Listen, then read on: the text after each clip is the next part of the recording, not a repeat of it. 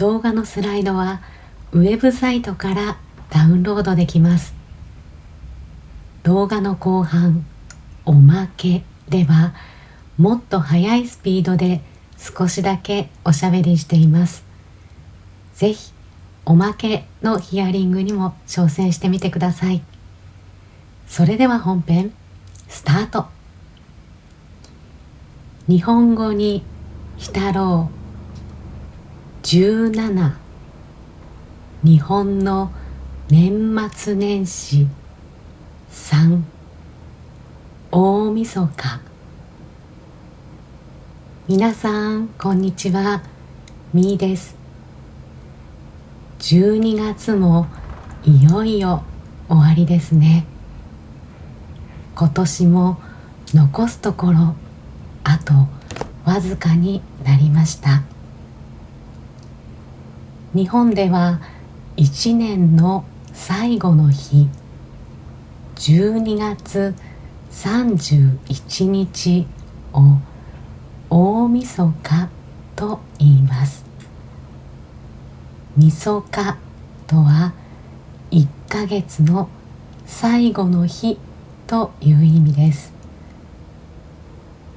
1年の最後を締めくくる12月の最後の日に大の字をつけ、大晦日と呼ぶようになりました。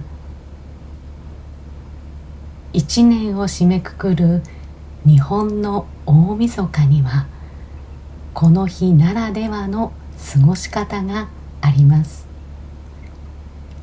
大晦日のキーワードは除夜の鐘、年越しそば、年の湯の3つ。順番に見ていきましょう。1、除夜の鐘。12月31日大晦日の夜、もうすぐ年が明ける夜の11時くらいからゴーンゴーンと鐘の音が鳴り響きます。これは除夜の鐘の音。除という字には古いものを捨てて新しいものを迎えるという意味があります。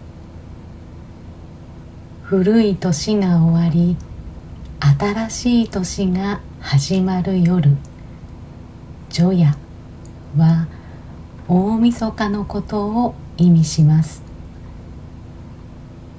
大晦日の夜、日本の多くのお寺では除夜の儀式としてお寺の鐘をつきます。除夜の鐘はお寺で行われる仏教の行事です。お寺の鐘をつき、その音を聞くことで一年の罪を懺悔し、清らかな心で新年を迎えるための行事です。除夜の鐘の起源は中国の風習が日本に伝わったと言われています。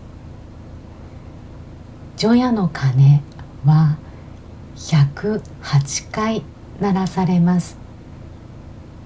なぜ108回なのでしょうか。いろいろな説がありますが、よく言われるのが煩悩の数という説です。煩悩とは仏教の言葉です。煩悩とは人の心や体を悩ませ、迷わせ、苦しめる心のことです。この煩悩によって私たち人間は自分自身を悩ませ苦しめていると仏教では考えられています。どんな人にも煩悩が108個あり、その数だけ鐘をつくことで人々の煩悩が消えるように願っているそうです。煩悩とは例えばどんな心でしょうか。108ある煩悩から私たち人間を最も苦しめるとされている3つの煩悩を三毒と言います。1、欲望。2、怒り。3、妬みの3つの心です。欲望はお金が欲しい、物が欲しい、もっともっと欲しいと求め続ける欲が深い心です。怒りは他の人に腹を立てる心です。あの人が悪い、この人のせいだと他の人のことを心の中で貶める心です。妬みは自分より優れた人を引きずり下ろしてやりたいと思う心です。この他にも人を疑う心や嫉妬する心が煩悩に数えられています。静かな大晦日の夜、鐘の響きに耳を傾けていると穏やかで清らかな気持ちになります。2、年越しそば。日本の大晦日に必ず食べるのがそば。大晦日に食べるそばを年越しそばと言います。昔の日本には月の最後の日にそばを食べる習慣があったそうです。それがだんだんとなくなっていき、今は大晦日に食べる習慣だけが残りました。なぜ大晦日の習慣だけが残ったのか。それにはいろいろな理由があります。理由の一つには、そばが他の麺よりも切れやすいことにあります。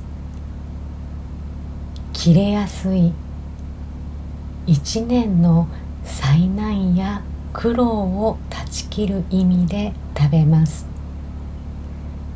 また、そばの麺が細く長いことから健康と長生きの願いを込めて食べられています。3、年の湯。大晦日のお風呂のことを年の湯と言います。一年の汚れを洗い流し、身も心もきれいにして新しい年を迎える浄化の意味が込められた習慣です。ゆっくりとお湯に浸かって今年の出来事を振り返り、一年でたまった悪いものを洗い流します。湿度が高い日本では入浴は毎日の習慣です。お湯をためた湯船に肩まで入り、体を温めます。現代の日本では毎日の習慣ですが、それが当たり前でなかった時代もありました。それでも人々は新年を迎える大晦日だけは心身を清めるために入浴することを大切にしていました。現代の日本では毎日お風呂に入ることが習慣になっているので、大晦日の入浴が特別なわけではありません。しかし普段とは違うとっておきの入浴剤を入れたり、いつもよりゆっくりとお湯に浸かったり、自宅ではなく温泉に行ったり、いろいろな年の湯の楽しみ方があります。気持ちよく新年を迎えるための日本の習慣です。大掃除を終えた自宅でゆっくりお風呂に浸かり、心身ともにきれいになって年越しそばを食べて悪いものを断ち切り、健康と長寿を祈る。除夜の鐘に耳を傾けながら一年を振り返る。悪い心を捨てて心の苦しみを吹き飛ばす。悪い心を打ち消して、これからやってくる新しい年の幸せを願う。これが日本の大晦日です。おまけ、ここからは普段のスピード、話し言葉で少しだけおしゃべりしていきます。本編とどれくらいスピードが違うかな、聞き比べてみてくださいね。さて、いよいよ大晦日です。今回のおまけでは私の大晦日の過ごし方を紹介します。午前中は特別なことはしません。なるべく外出はせずに自宅でお正月用の料理の準備をしていることが多いです。家族でゆっくり過ごします。夕方から普段とは違った行動を始めます。年越しの本番は夜。年越しに向けて準備を始めます。まずはお風呂。普段は夜に入りますが、大晦日は夕方のうちにお風呂に入ります。そして夕飯は決まって年越しそば。年越しそばの他にはおつまみ的なおかずを並べて、それをつまみながら紅白歌合戦というテレビ番組を見ます。紅白歌合戦は70年以上も続く大晦日の特別な番組です。年末は他にも面白いテレビ番組がたくさんあるのですが、やっぱりこの番組をつけていないと大晦日という感じがしません。紅白歌合戦は夜の7時20分から4時間半、11時45分までの長い歌番組です。家族で食事をしながらこの長い歌番組を見て過ごすのが私の大晦日です。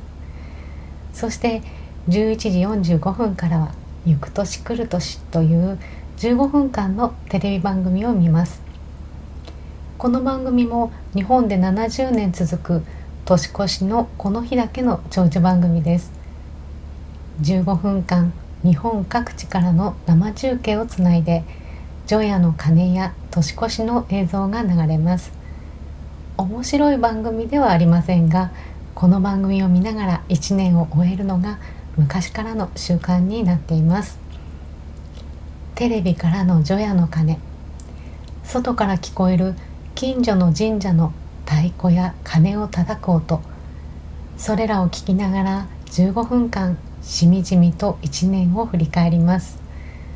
そして12時になったら一緒にいる家族とお互いに新年の挨拶をします。家族内で普段は敬語や丁寧語は使いませんが、この新年の挨拶の時だけは姿勢を正して、明けましておめでとうございます、今年もよろしくお願いしますとお辞儀をし合って挨拶をします。挨拶が終わったら寝ます。気が向いたら寝ないで近所の神社に初詣に行くこともあります。でも寒いので大抵はそのまま寝ます。初詣は起きてから暖かい昼間にゆっくりと行くことが多いです。皆さんの国では1年の最後の日はどんな風に過ごすことが多いでしょうか。国ならではの習慣や皆さんの決まった過ごし方をコメント欄で教えてもらえると嬉しいです。それでは今回はこの辺で。最後に皆さんに今年最後のご挨拶をします。皆さん、今年は皆さんと出会えてとても幸せな時間を過ごせました。ありがとうございます。皆さんが良いお年を迎えられますよう心から願っています。皆さん、良いお年を。